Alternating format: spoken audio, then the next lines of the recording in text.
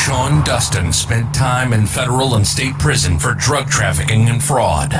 Upon release in 2006, he had nothing but the clothes on his back, a bag of mail, and legal paperwork. In 2010, he kicked a long-time methamphetamine habit and started the long climb back up the ladder of life. This is the Nowhere to Go But Up podcast. If you want transparency and authenticity, you're in the right place. This is the Nowhere to Go But Up podcast, and this is Sean Dustin.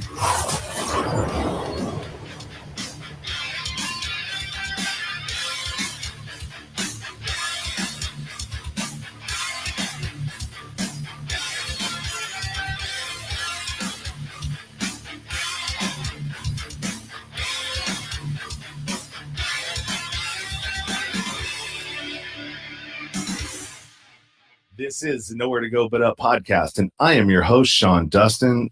Tonight, or this evening, I should say, we have two very special guests.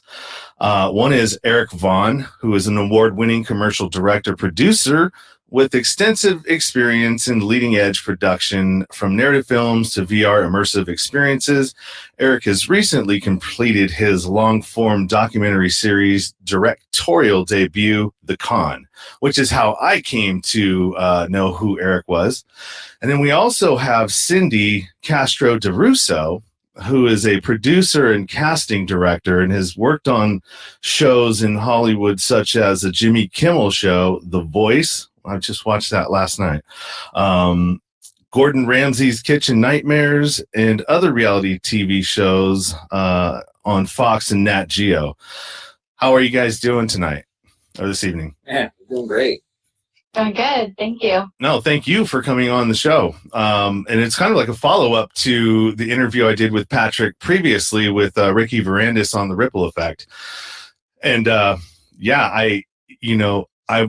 literally watched that movie, 18 hours of it. I watched it 3 times. I had the three viewings that I got for the screening. I watched all 3 of them because I was looking for inconsistencies in it. And it was like, I couldn't find anything. And I was like, damn. I mean, have you ever watched something, and I'm sure you have, Eric, you've watched a documentary where it's just like slapped you in the face, kicked you in the ass, and turned you in the direction, and you just start marching?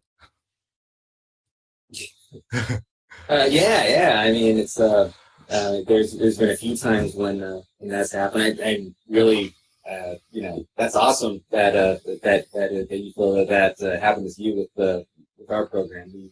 Yeah. Put in years and years and years of work to try to make it as tight as possible, because I mean, ultimately, Patrick, Adam and I, when we were first putting this thing together, we knew we had to get it right. We absolutely knew that we had to get it right, and part of that was getting as much of it done in the epicenter, from my perspective, of the crisis, which was the poor neighborhoods in the industrial Midwest. And, that's why we did so much of our producing, here in like Akron and Youngstown. And that's how Cindy got involved. Yes. Yeah. And Cindy, your backstory is that you like Patrick experienced it firsthand, right? Yeah. I was living in Phoenix in 2007, 2008, when things started to go really weird. Credit lines started getting cut, business lines started getting cut. No one had answers. The bank wouldn't give you an answer. And then I had a recruiting business for legal professionals back then, and all of the budgets froze. I've been in law all my life, so I've never seen a law firm not hire. And luckily, I had very close relationships with my clients, and they said, look, we're not going to be hiring for about 3 years, and we don't know how you're going to survive. And then that was before everything went public. So that was at the end of 2007, like fourth quarter 2007.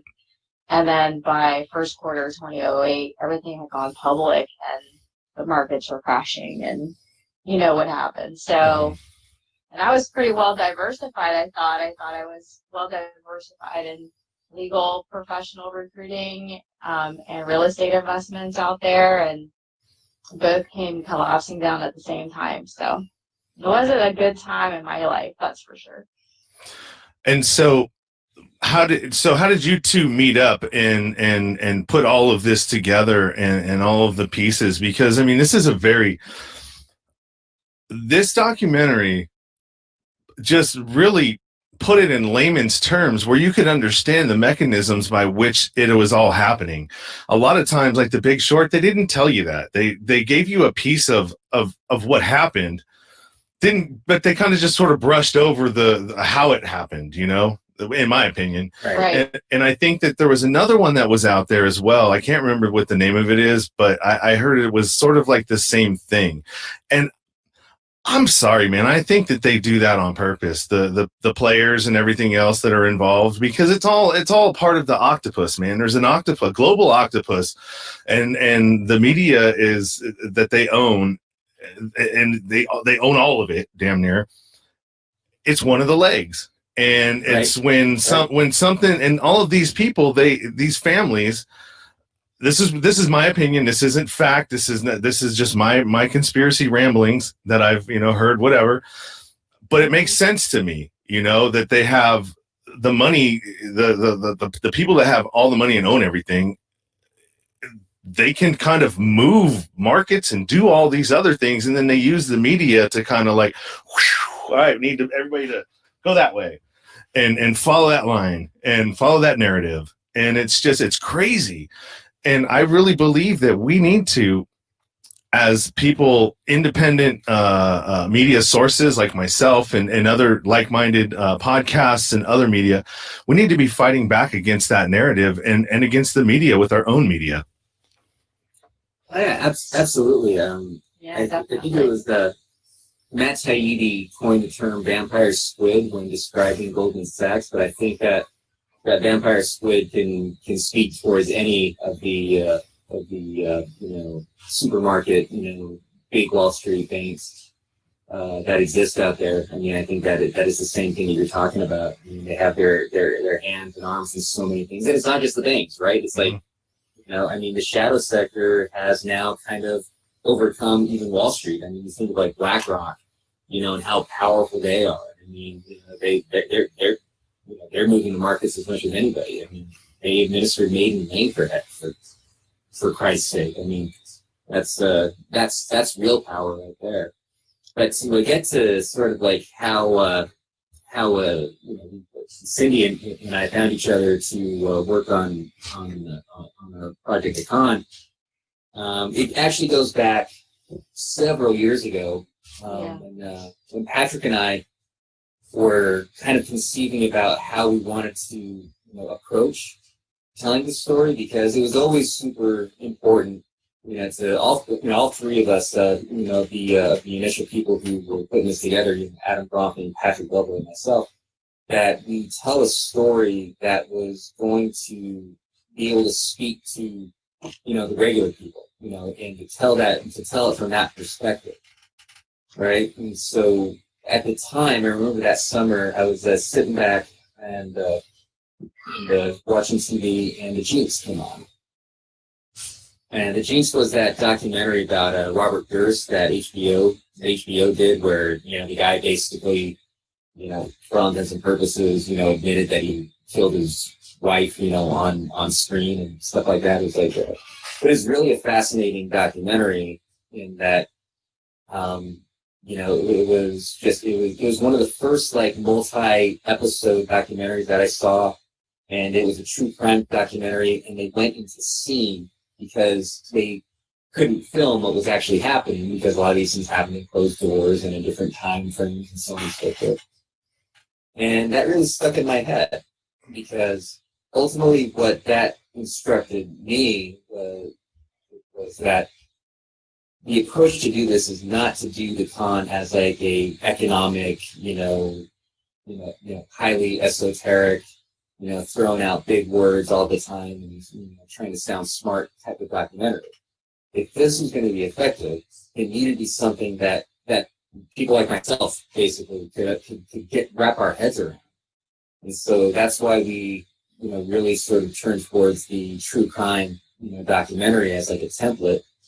And when that became apparent, it also became apparent that we had to do some really good, high quality recreates in order to, flesh out the story and be able to give the audience, some sort of, emotional space to be able to take in and understand Addie Pope's story, or how the Summit County Task Force, how that big bust went down when they busted David Dillon's office, or what was happening in the back, in the back rooms at the Department of Justice, or at the SEC.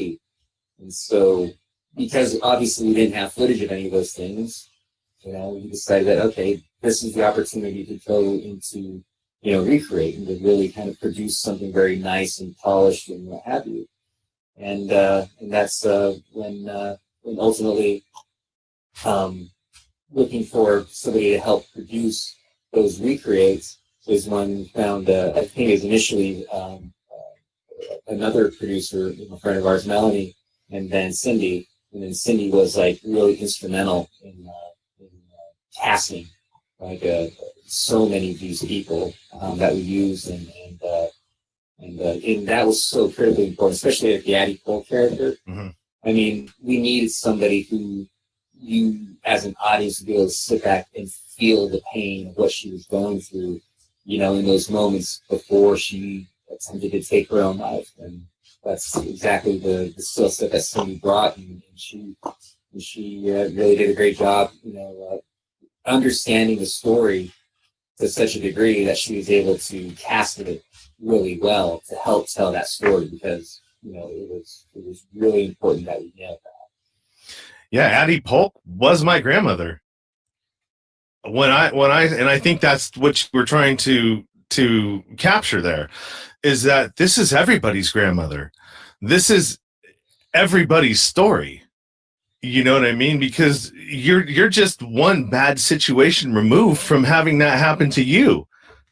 And it's very possible. I mean, look at where we're at right now. I mean, I honestly, when I stop and think about it, and I thought about it the other day, I was like, this really seems like 2008 seemed like a test run. In my opinion, it was a test run, because I had friends that fortunately, so many people lost their homes at such, like, all at once, that there were still people besides the banks that could get some good deals. Like, I had a couple of friends that bought 2 houses, for $500,000, and they made a bunch of money when they sold them a couple of years ago. This time, they made sure nobody was going to have no money to buy anything. Right. I mean, am I crazy by thinking that? I mean, oh, go ahead. No, go ahead, Cindy, please. I was going to say, ironically, a lot of people don't know this about me, is that I come from the financial regulation world. I was a white-collar criminal defense paralegal for a very long time. And before that, I was on the regulatory side. So I worked for FINRA, which is now, used to be NASDR regulation, who was a parallel to the SEC. So I actually worked in the Office of General Counsel in the late 90s during the tech bubble. So I've seen every kind of Ponzi scheme, every type of financial backdoor scheme. I've pinned the bad brokers. I've defended, not proudly, of some huge Wall Street banks in my day. So I kind of went from good cop to bad cop, and now back to good cop, I think. But in 2008, Patrick and I have actually talked about this a lot. We feel like we were kind of no man's land at the time. We didn't know a lot of people like us that were going through such a financial hardship. Like we were, some people still held their jobs and what have you, and so they were able to float by. Entrepreneurs like me didn't get to float by that well, and Patrick as well. So this time it's on a much grander scale. They're just robbing us in front of everyone. So that's kind of how I feel about the whole situation. And there's not even any remorse. It's just happening right before our eyes. So I think that's probably the biggest difference is that they just Yeah. become more and more blatant. It's like now they don't even try to hide it. They're just saying, oh, you have that? Here, let me just take that from you. And you can do something about it? Didn't think so. I mean, that's basically the only difference between now and then. Patrick and I were actually having this discussion just a little bit earlier today. We were talking about, like the question came up, what is it that certain people who support President Trump, really see in him? And I said to him, well, you have to remember that despite the fact that it was primarily W. Bush who was like the guy in charge, and his administration is in charge throughout most of these fraud epidemics and fraud schemes that were going on, that they were the people who had the power to actually stop it before it became a problem. Despite all that, it wasn't until the Obama administration that it actually became a problem for most people. So I think most people associate their issues with the Obama administration and kind of give W. Bush a pass. Mm-hmm. Now, the reason why the Obama administration ends up making the Dems look as awful as they actually are, I should say, is that you didn't do anything. You had a golden opportunity to actually prosecute so many of these white-collar criminals at the time. You had the opportunity to help make regular Americans whole at the time. And he simply did not do that. And I think that so many people lived through that, saw the complete ineffectiveness of the Obama administration, through that period of time. And basically, when 2016 rolled around, they're just like, well, I'm going to be, voting for the same people that basically, let the robbers get away with everything. So I'll go with anything at this point. And so they went to Trump, hoping for the best. Whether that was, Go ahead. And the taxes. I mean, Obama he regulated the middle class to death. In terms of construction, heavy highway, SBA were doing the most audits that they ever did at the time, all on small businesses instead of going after the larger companies, Wall Street, etc. Like Eric was just explaining, he came after the middle class. And my friends were so pissed that I didn't vote for him. And they were so mad at me. Some of them didn't even talk to me. I'm like, you guys don't understand what's really going on. And so, anyway, but, he didn't really. So everybody thinks, because we're in Hollywood and we make documentaries and we're filmmakers, that we're we're big time left radicals. We're not, so, which is funny. Well, not Dems anyway. We're not Dems. Yeah. We're not Dems. Well, it's just one of those crazy things. I mean, it feels like our reality has been inverted. Everything that you see isn't what it is. Even from how money. Like I was saying this for the longest time until I met Jeff Ginter and Steve Grumbine about taxpayer money. It's fun, rah, rah, rah, rah, rah, and screaming that at the top of my lungs. And then he explained to me that, well, it doesn't really work that way. I mean, I guess you could still keep screaming that if you want, but it's not how it works. So maybe right. And so I was like, all right, well, maybe I should. Can you explain how it works then? And he did, and it was, and I no longer say that now. I try to. I don't. Right. Well, that's the sticking point right now in today's headline, or yesterday's headline, where Biden's going to tax 62% in California for incomes above 400,000. It's like they're always sticking it to the middle class, and I know 400,000 is the middle class, but they appeal their narrative, the headlines, to the middle class and lower class income because they don't understand, like, they don't understand, and I don't like to sound condescending, but they don't understand the full picture. Like, he should be saying, I'm going to tax this range. Do you remember when Bush reclassified during TARP, like, small businesses were $3 million? Or do you remember that, Eric, when he reclassified the small business No, I don't recall tier? Yeah.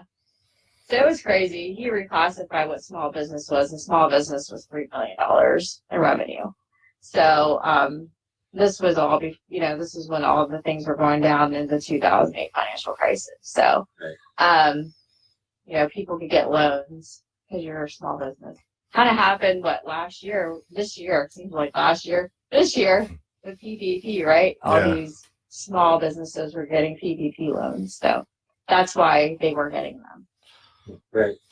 But I think that what you were saying just a second ago, Sean, is really interesting because as we're sort of seeing, how the Fed has been acting, throughout this COVID, economy, I think that it becomes very clear that, you're alluding to NMT, right? Yeah. It becomes very clear that there is, that there is a spigot of money. That money can just be brought into existence to pay for things. It's just that they are completely committed to running it through Wall Street and then having it potentially, hit the rest of the economy through loans rather than just getting it directly into the economy. And I think that that's the big sticking point is that these corporations, these giant banks and what have you, they understand MMT. They have for decades. And they've been making themselves extraordinarily rich, because of that understanding. And then basically, telling us that everything's like tax-based, that, for everyone else. And I think that that's, one of the big conceits that's allowing things to happen right now is that,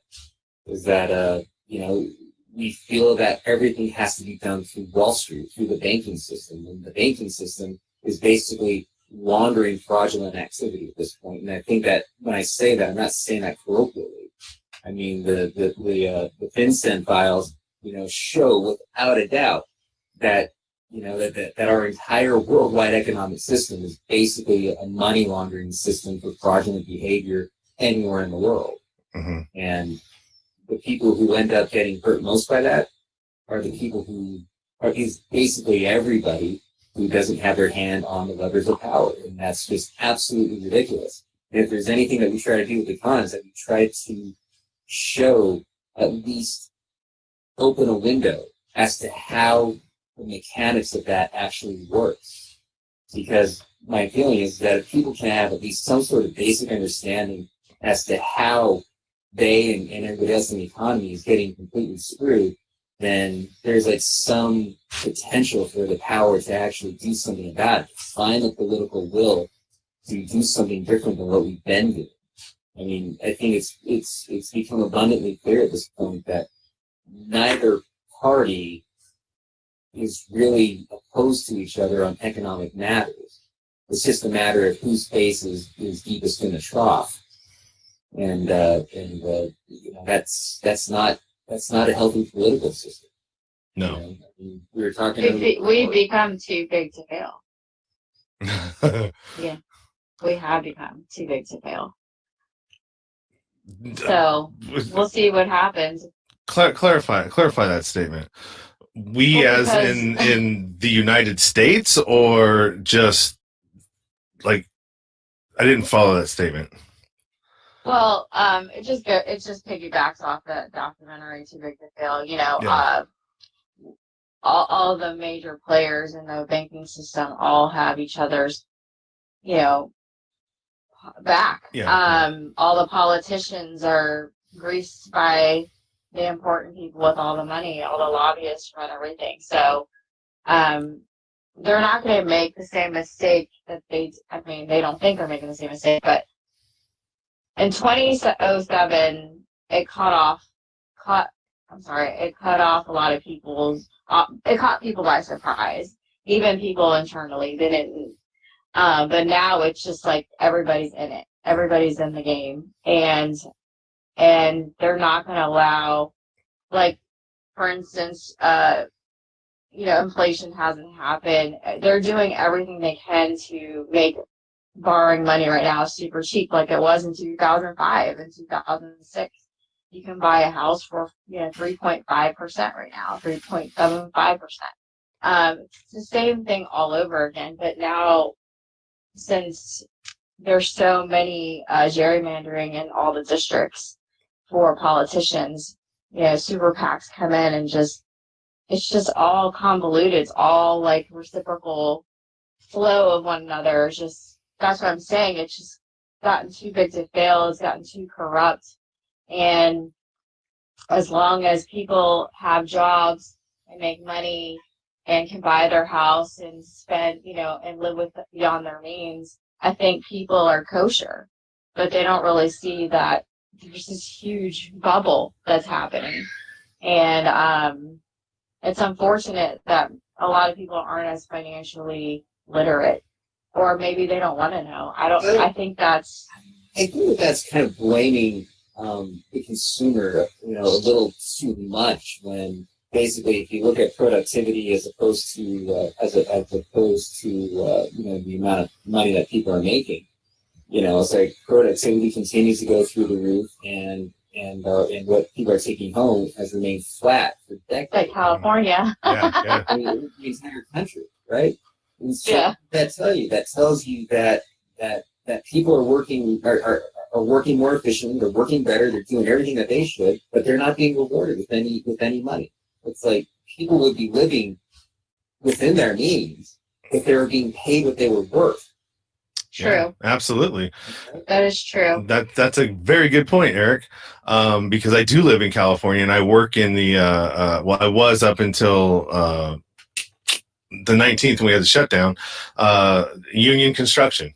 And so, like, I'm a part of a union, and like I read the thing and they're pushing Biden, and it's like, I just the whole union thing, to me, it just really it put a bad taste in my mouth when I ran for a position as a business agent, and I was very involved in like executive board, trustee, and all that other stuff. I went through the ranks to try to get into one of those positions, and it was a micro telescopic look into what our national system is kind of like, right? All of the nastiness comes out that does in elections. You've got just people just bad mouthing you and all this other stuff, and it's like, I just didn't like it, man. I didn't like it. It was like, I think merit is and I think so I would be considered like Hillary, right? She had all the credentials, all of the merits and everything else. She did everything, did all the T's, I's, and everything else, that crossed them and dotted them. That was me. But merit doesn't mean anything in an election type thing. It's about popularity and, being able to convince people that you can do stuff that you really can't. Like lowering dues. And dues are like taxes. Once you get them, you ain't getting them back. Sorry. But it goes to the point of the United States and our population. Within our local itself, there's a whole bunch of people, voting block, that has no idea how the local even works. They don't know the rules. They don't know the bylaws. They don't know that you can't just, lower dues. You can't just change the pension, all of that stuff. I mean, it just doesn't work that way. And we're going through the same thing now in our own electoral system, and people just don't understand how things work. We're uninformed. We don't know. We were never taught. We're too lazy to go look. And even when we do look, we're afraid because, what is it that we're looking at? There's so much misinformation, disinformation, that you have to be an investigative journalist or somebody like yourself, Eric, that can, knows where to look and how to find the stuff. The average everyday person, they're just like, shit, man, what? I'm just going to shut it off and walk away. Well, that's the whole problem. When the truth is obscured from you, how can you make good decisions? You can't. But that's the entire reason why there's disinformation. That's the entire reason, why news, whether it's like mainstream or whether it's like, some crazy website or some YouTube channel or something like that, is doing its job, for the corporate oligarchy for all intents and purposes, because basically they're making it so that nobody trusts anything, nobody knows where to look, nobody has any trust in any of the information organs that are out there. And so you can basically get away with anything, because if somebody happens to, almost by accident, start calling out like actual truths out in the universe, at this point, all you have to do is point and say, oh, that's fake news. And half the people are going to go, oh, yeah, that probably is just fake news. So forget about it. I mean, we are lost as a people as far as like our ability to discern good information. And I think that is that is like one of the biggest tricks that they pull. They being, the powers that be. Once again, it's like, the same people who own who pay all the, the same people who own all the lobbying firms are also the same people who own all the media outlets. So there's going to be a consistent message being brought out there. There's going to be a consistent campaign. And I've been involved in advertising. I know exactly how campaigns work. I mean, it's consolidated. They know what they're doing. And yeah, keeping us completely off balance makes it so that we can't make good decisions. And if we can't make good decisions, then everything that we do is going to be emotional. Right? And so then you don't really have to have like any actual policy or platform or anything like that. You just have to like strike the right emotions with the right amount of people, and voila, you're president. Yep, that's very true. And this is a good point to segue into another part of this discussion. I don't know, and that's about where the movie is now. It released on September. You've got like 500,000 views, I believe, on it, or 250. So, Patrick told me a number the other day. I can't remember. I didn't write it down. But I mean, for a movie of that's that compelling. I mean, right now we're in the midst of a bunch of people getting, like people that I talk to in alternative media have gotten, they're getting shadow banned from social media. They're getting accounts deleted. They're getting their Patreon accounts deleted and the money taken out of it that patrons actually gave them and not returning it. All of this stuff is happening in social media right now between YouTube, Google, and not Facebook hasn't. They started doing the QAnon stuff, like everything that has to do with QAnon. They're deleting all of that. Which, I mean, they're private entities, right?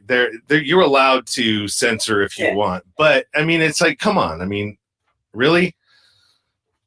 So where are you guys on that? Because a lot of the Netflix, Hulu, Amazon, all of those major players that have a lot of reach are kind of like closing the door on you, right? So to speak. It's this musical algorithm game, right? I mean, it's like whatever the entry points that you need in order to like hit the algorithms that they use in order to find audience is basically the game that they're playing, and they can either use that as an excuse to bring something in, or they can use it as an excuse to not show something at all. And and I can't say what's happening with decision makers that have seen our materials or whatever the case might be. What I do know is that we've been reviewed by some of the top media reviewers out there, and we are almost universally given like fantastic, phenomenal reviews. And so it certainly isn't the quality of the product. It absolutely isn't the quality. Isn't that we have poor quality information? I mean, our information is as vetted and as documented as anything that you'll ever see. And I'll stand behind that statement any day of the week. So it's something else. Maybe it's something as simple as the fact that we don't have, Matt Damon narrating, or Opie, Ron Howard, as our executive producer. It could be that simple. but who really knows? Yeah. But the fact of the matter is that whatever the system is in place that's out there, it makes it very difficult for new entities entering into the market to compete with established entities, which to me is very, I mean, all these people that try to make arguments about capitalism and capitalism, free market and all this other stuff. Well, where's the free market in that? Where's the free market in the fact that only so many different media outlets have the ability to reach millions of people? And where's the free market when net neutrality is basically dictating who has the bandwidth to see what? I mean, people keep forgetting that net neutrality was shot down, that we're basically in a post-net neutrality universe, aren't we? I mean, so that means that the spigot is open, for some outlets and is completely closed for others. Mm-hmm. And I think that people tend to forget that when we start thinking about, trying to get like alternative voices out there. It's like people needed to think about it back then when we were trying to fight for it, right? But isn't that always the case, right? That we always like lament the thing that we lost rather than fight for it while we still have it. And and that's just human nature, whatever the case might be. But that's kind of where we are. I mean, we know at this point that all we can do is continue to build our audience. I mean, it definitely is crazy. And I didn't mean to put you on the spot, and any kind of conspiracy theories that get thrown out in this podcast are definitely my own. It's my own thoughts and my own opinions when it comes to that. Nothing from Cindy or Eric. That's just how my mind works. And, and I know that some things are nefarious and some things are just byproducts of a bad system with unintended consequences that end up happening. And it looks nefarious, but when you really get into it, you realize that no, it's kind of not. But when making the con, what we discovered is that quite often it's a mixture of the two.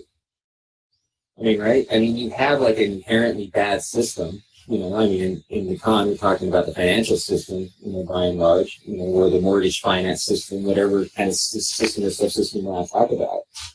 And when you have a bad system, you have smart people that are out there that know how to take advantage of it. And so I think that it is actually a healthy mixture of just happenstance and opportunists who become mean but merciless. And so I think that it's a combination of both things. And something just sort of happened and there's, whatever, like you said, product of a bad system. But if there's a bad system, there's people who know how to game it. Mm-hmm. They'll game it every single time.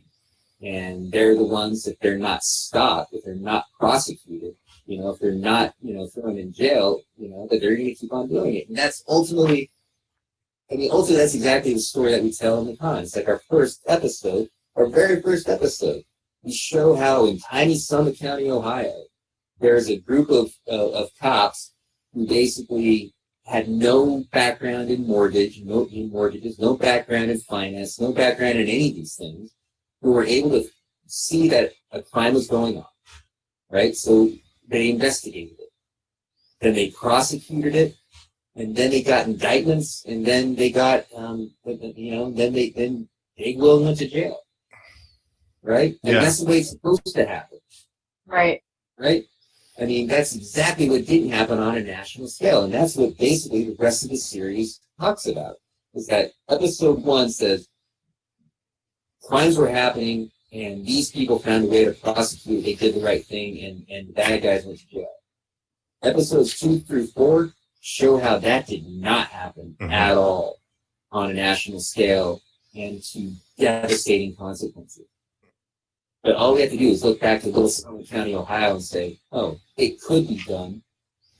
You don't have to be, a financial whiz kid from Harvard in order to figure out that scam to scam. Just do the damn work. I mean, if there's a crime going on, investigate, for fuck's sake. Yeah. Yeah, absolutely. Yeah, I mean, what more could you say to that? Yeah, that was great, man. Those guys, none of them were forensic financial people, and they were able to piece it all together and figure it out. And like even guys that you would think that like if you were to look, oh yeah, they'd probably be, prejudiced to a certain extent. I mean, they even said it. They were like, no, they went after the poorest and the brownest and Right. the meek, the weak, and the ignorant. Well, that's such. I'm glad you brought that up, Sean, because that's exactly that's one of the biggest points that after this year and everything that's happened since George Floyd.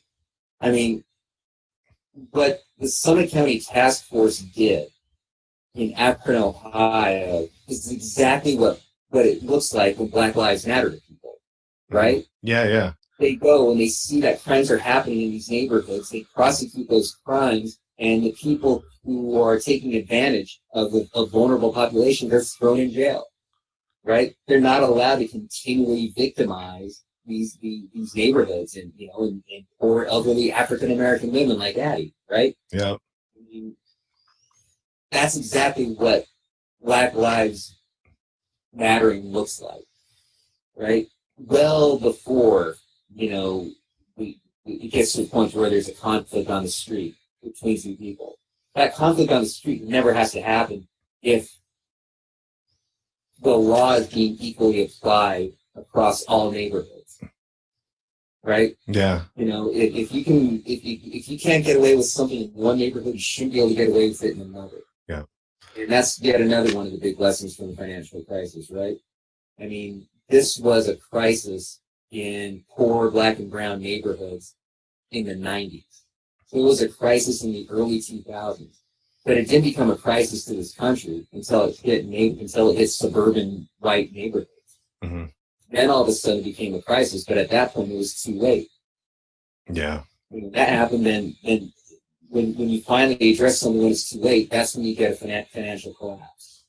That was a great point that you just made about Black Lives. Really, I mean, that is the essence of what Black Lives really matters means, and I don't know, I don't want to get into what it is now, but I mean, it's just crazy how things get hijacked for agendas. You know what I mean? It's and whole I don't know, cultures of people just are used as pawns and just I don't know. It's just to think about it. Sometimes it's so just disappointing.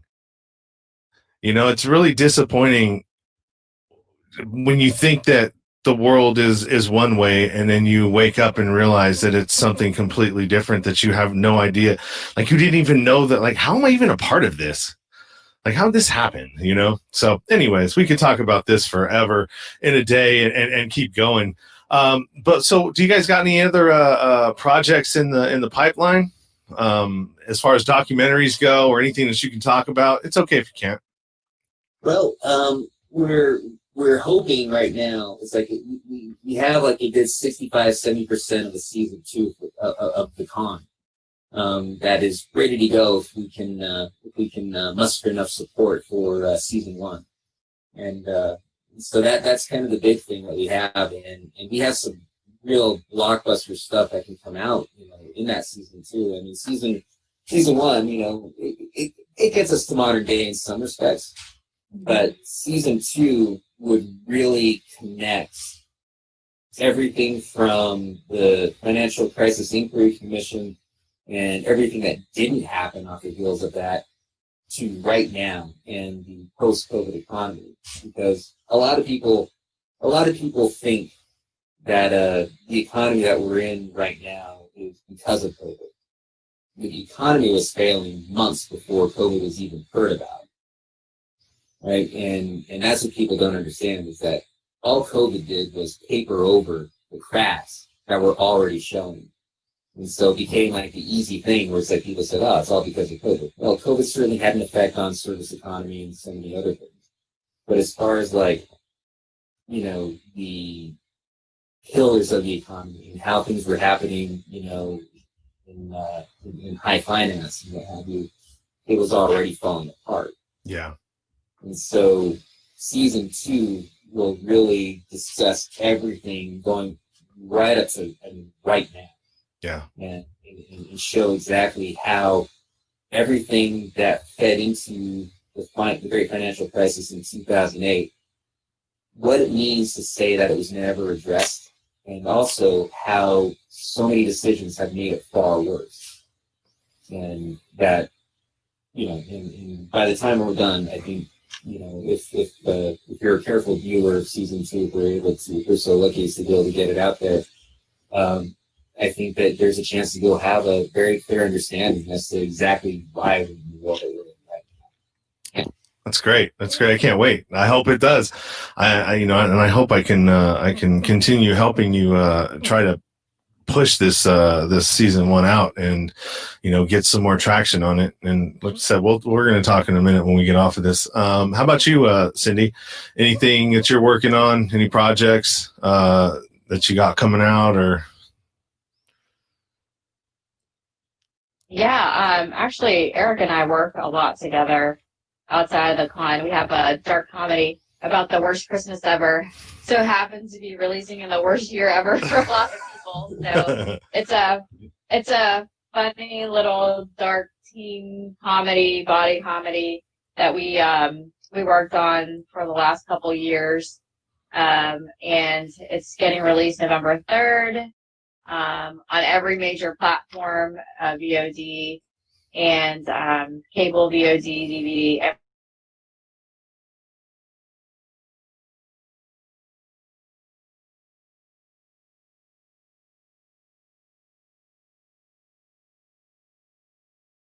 Right now, you can theaters for $100. Yeah. Right now, I'm like, but nothing new's come out. Like, so, I mean, what are we going to watch? Are you going to watch something that's old or rerun or, but I mean, that's just how where we're at with movies right now. And yeah, the newer the movie, the more that fee gets higher. But if you want to do a 50-person viewing, for an older movie, it's like about $99. But why would you want to get 50 people together in a room right now? yeah, right. Oh, that's great. That's a good point. I mean, you can. But yeah, you'd be pushing your luck, though. Who knows? Yeah. All right. Well, everything that you guys just said, and any of your social media and stuff like that that you want found will be in the show notes. I have your bios and everything else, so I think I can probably piece everything else together, and I'll get this one out pretty quick. My queue right now is about 50 episodes, but when I have stuff that's kind of more timely and kind of where we're at, I bump it to the front, and so yours will be probably coming out in the next. I want to try and get it out before the election. But that's maybe pushing it because that's right around the corner. So yeah, I appreciate you guys stopping by and spending some time with me and enlightening me on your projects and a little bit more about the con and my listeners and everything else and the audience. If there's anything else that you guys want to talk about or say before we close it out. I would just say thank you for your support and all your listeners and viewers. Just look out for our projects. We're probably the minority voice in Hollywood, so we're not afraid to push the barriers. And I'm so happy to have found Eric in Ohio. We kind of moved here about the same time, so it's good to find each other. Yeah, thank you. Yeah, same for me. I guess the only note that I probably want to add is that one thing I didn't mention is that one of the things that we tried really hard to do with the con was to illustrate the fact that there were literally thousands of people who were trying every way they could to stop this from happening, to stop the financial crisis from happening, and to make sure that the rule of law actually meant something in the financial sector. and that when politicians are helping and not hurting, that there's actually an opportunity for government to help make, systems work. When politicians get in the way, and it's always the political appointees that end up ruining, everything, or it's the lobbying groups who put in, nonsensical, regulation as opposed to really smart regulation, that kind of thing. But the main thing is that as dark as the con can be, if you look close enough, there's an awful lot to be optimistic about. The fact that there are so many people out there who are good people who are trying everything they can to protect us and to protect our economy from falling, from collapsing and falling into the hands of the wrong people. And they need our support.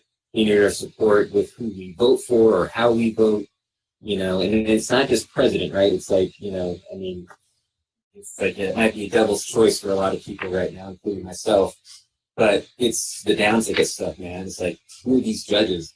Especially the judges, the judiciary. It's like, who are the council members? Who are like all these people? Those are where things happen close to home. And if we can help the people who are trying to do their level best to help, make things work the way they're supposed to, they will. We just have to be smarter about who we support. We'll make sure that we have that we get people out there that we can support who will actually do those things. And that's the difficult part. That takes work, but that's on us. So we need to do that. Well, the women's suffrage movement, that lasted 70 years before they actually got their rights and everything else. The women that actually started it didn't even get to see it to fruition, right?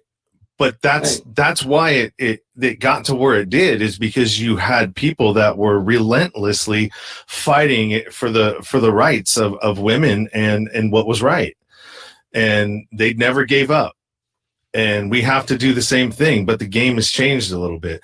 We've got technology now that that can be weaponized against us. But if it can be weaponized against us, we have to realize that we can weaponize it against them as well. So it's just a matter of organizing and trying to come together for a shared purpose, I believe. True. Like we say at the very end of the con, this will end when we all collectively finally say enough. Yep. That's a great point to end it on right there, Eric. I appreciate you guys. Thank you for all that you've done and all that you're doing and continue to do. I look forward to everything that you guys got coming out. You have a fan in me for sure. Thank you. Thank you. Thanks for being out there all the time, putting out these podcasts. They're important. No, you're welcome, man. And hang out. I'll talk to you in just a second. You've been listening to the Nowhere to Go But Up podcast. Sean is a single dad, a union blue-collar guy, and he spent time in federal and state prison for drug trafficking and fraud. When he was released from prison in 2006, all he had was the clothes on his back, a bag of mail, and some paperwork. Since then, he's turned his life around and shares the struggles and successes on this podcast. We hope you enjoyed the show, and we hope you were moved to connect to the show. Book a guest spot. For merch, Patreon, PayPal, and social media links, go to linktr.ee/nowhere to go but up. On Instagram at Nowhere to Go But Up Now. On Twitter at But Up Now. On the YouTube channel at Nowhere to Go But Up Podcast. See you next time.